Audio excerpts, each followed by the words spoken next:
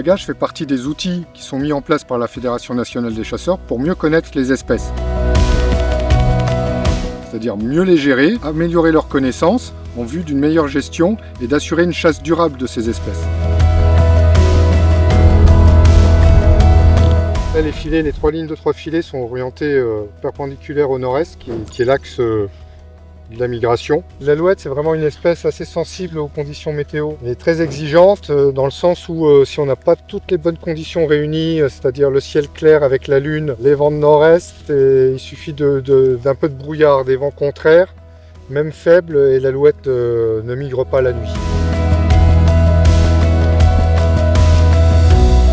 Le bagage, historiquement, c'est pour pouvoir retrouver les individus. C'est marquer un individu, pouvoir le reconnaître tout au long de sa vie quand on va le recapturer. Et donc historiquement, c'était pour étudier la migration.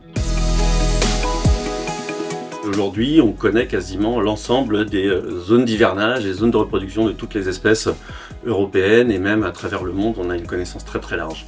Il faut vraiment attendre la nuit noire avant d'ouvrir les filets et mettre le système de repasse en place. Ces filets japonais ont différentes poches. Et l'idée, c'est que l'oiseau, quand il vole, il tape dans la poche et il tombe au fond du filet. Et nous, on passe toutes les demi-heures pour démailler l'oiseau.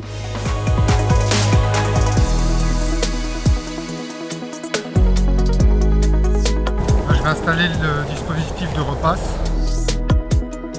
On a vu que le système de repasse permettait d'attirer les alouettes qui descendent depuis 1000 mètres d'altitude environ.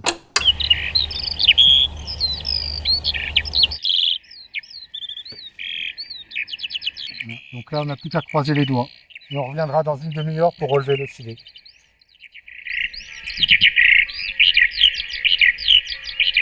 La chasse constitue à l'échelle française un réseau, un maillage unique. On a des milliers de données dont les scientifiques vont pouvoir se servir plus tard pour affiner leurs connaissances sur les espèces. Ces données d'oiseaux bagués et recapturés, ça a aussi intéressé les mathématiques et notamment à partir des années 90. Et ils ont réussi à développer des modèles très complexes qui permettent de calculer des choses très importantes, c'est les paramètres démographiques. Parmi ces paramètres démographiques, l'un des plus importants, c'est la probabilité de survie d'un individu. Est-ce qu'il va survivre à l'hiver et est-ce qu'il va pouvoir se reproduire l'année suivante?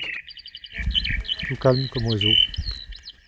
Là, on va la mettre dans son pochon. Ça permet de la tranquilliser.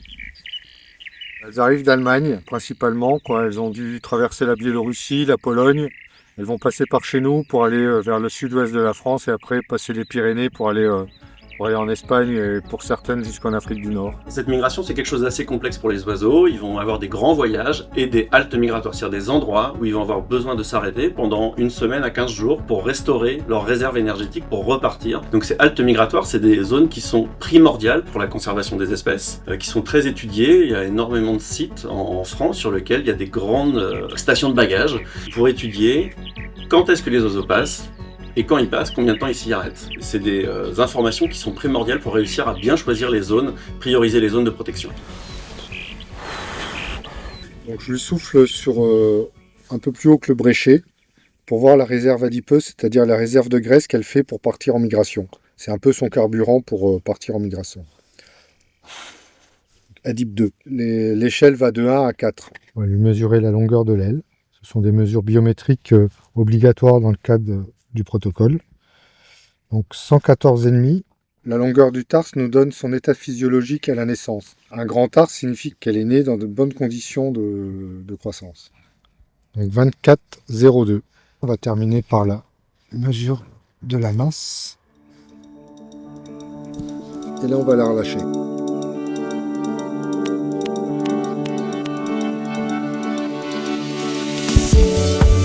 Ce bagage, quelque chose d'assez simple, juste poser une petite bague qui identifie un individu, ça reste un outil très précieux. Grâce à ces données, ces séries longues, le bagage va nous permettre d'avoir des tendances, alors des tendances de paramètres démographiques, des tendances sur la variation de la date de migration, des tendances sur les nombres d'individus.